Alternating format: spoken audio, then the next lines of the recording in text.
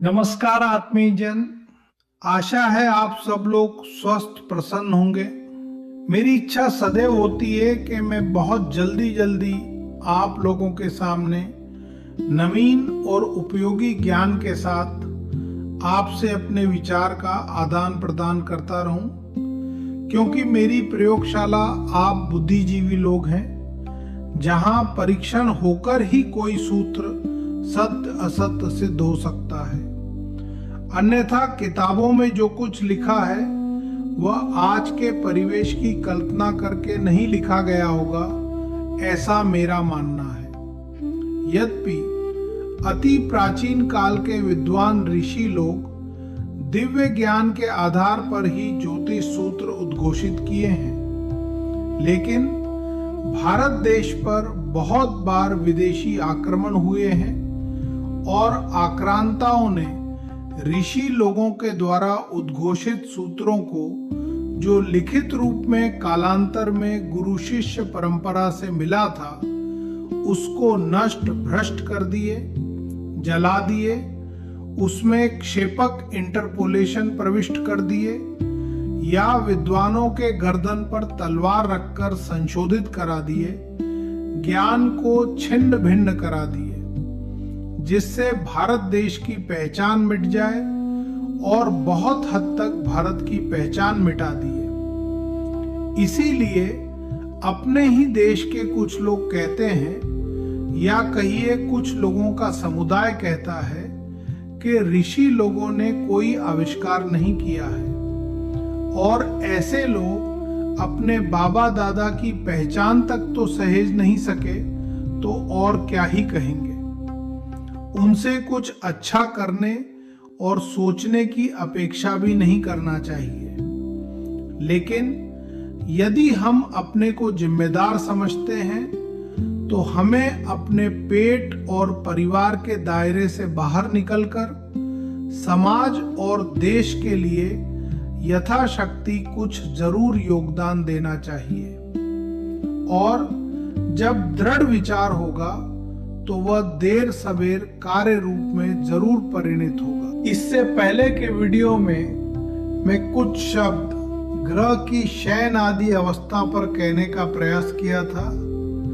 उसके उपरांत आत्मीय जन ने सकारात्मक विचार व्यक्त किए थे और उस संबंध में बहुत शोध करने की आवश्यकता है, क्योंकि उस पाठ पर सम्यक विचार करने के उपरांत यह प्रतीत होता है कि ऋषि प्रणीत ज्ञान को जरूर ही आक्रांताओं ने छिन्न भिन्न कर दिया है, क्योंकि ग्रह की शयन आदि अवस्था से पाराशर ऋषि ने यह स्पष्ट उद्घोषित किया है कि यदि मंगल नृत्य लिप्सा अवस्था में है और वह होरोस्कोप के प्रथम या द्वितीय या सप्तम या दशम भाव में होगा तो सब प्रकार से सुख ही प्रदान करता है। यहाँ ऋषि किसी परिहार को खोजने के लिए हरगिज नहीं कहे हैं, अन्यथा तो मंगली मंगली करने वाले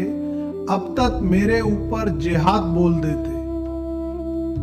ऋषि मंगल की सभा अवस्था का वर्णन करते हुए श्लोक 108, 109, 110 में उद्घोषित किए हैं कि मंगल यदि सभा अवस्था में है और 5वें और 9वें भाव के अलावा अन्य भाव में स्थित है और मंगल बलहीन है, तो मनुष्य सभा में सर्वत्र सम्मान पाने वाला होता है और उसके पुत्र होते हैं। अब यहाँ विचारणीय है कि सर्वत्र सम्मान पाने वाला कौन होगा, और यहाँ भी मंगली मंगली करने वालों पर प्रश्न चिन्ह लगता है। मंगल की अन्य अवस्थाओं का फलित भी दिया है, जिसका गहन अध्ययन करना चाहिए, और समाज में किसी को भय नहीं फैलाना चाहिए, बल्कि यथोक्त ज्ञान का प्रचार प्रसार करना चाहिए। किसी भी ग्रह का किसी को अच्छा फल मिल सकता है और किसी दूसरे को खराब फल मिल सकता है, क्योंकि सबका हॉरोस्कोप अलग अलग होता है। मित्रों, अब मैं ग्रहों के अच्छे फल पर विचार करते हुए ऋषि प्रणीत ज्ञान को सीधा आप तक प्रेषित करने का प्रयास कर रहा हूं कि आप परीक्षण करें और फलित से अवगत कराएं। सूर्य की नेत्रपाणी अवस्था का फल उद्घोषित करते हुए ऋषि पाराशर ने कहा है कि यदि सूर्य 5वें या 7वें या 9वें या 10वें भाव में हो तो मनुष्य सब सुखों से युक्त, बलवान, धनी और विद्वान भी होता है। मेरे साथ एक धनिक सर थे। उनके हॉरोस्कोप में 10वें भाव में उच्च का सूर्य स्थित था। मैंने उनको कहा था कि आप न्यायमूर्ति बनेंगे, और वह निरंतर प्रमोशन पाते गए। और जब न्यायमूर्ति बनने का नंबर आया तो मुझे फोन किए कि मिश्र जी, क्या बात है, मामला विलंबित हो रहा है, पद मिल जाएगा या किसी कारण से रह ना जाए।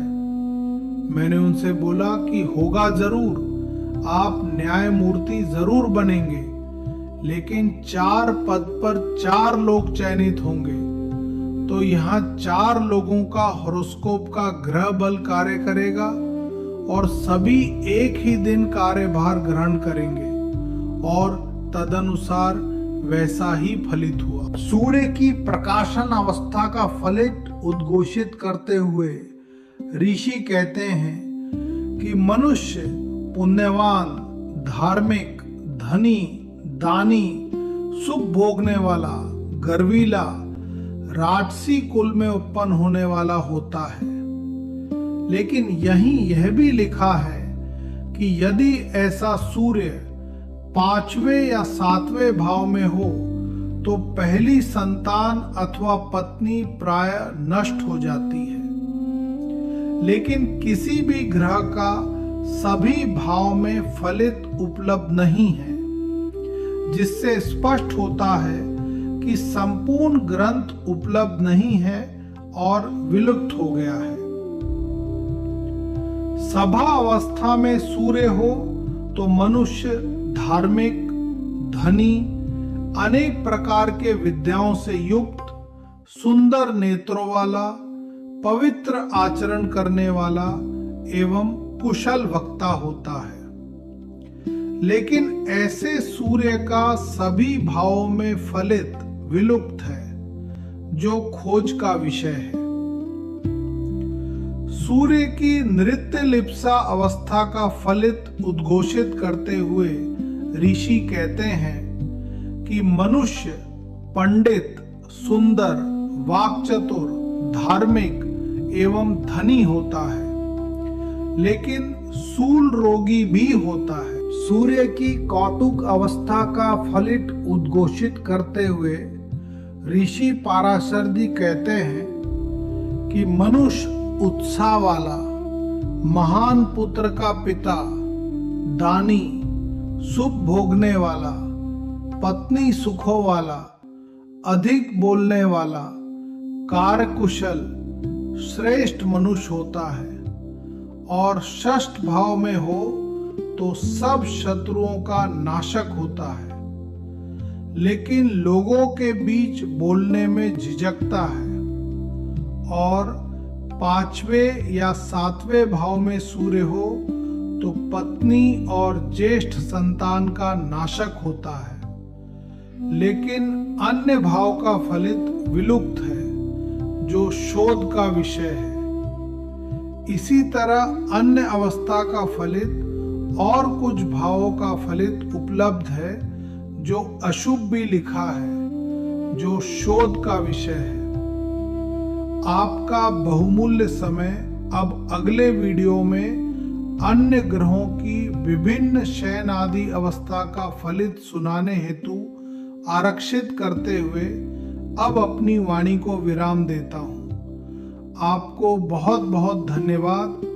प्रेम से बोलिए जय जय सिया राम, जय जय सिया राम।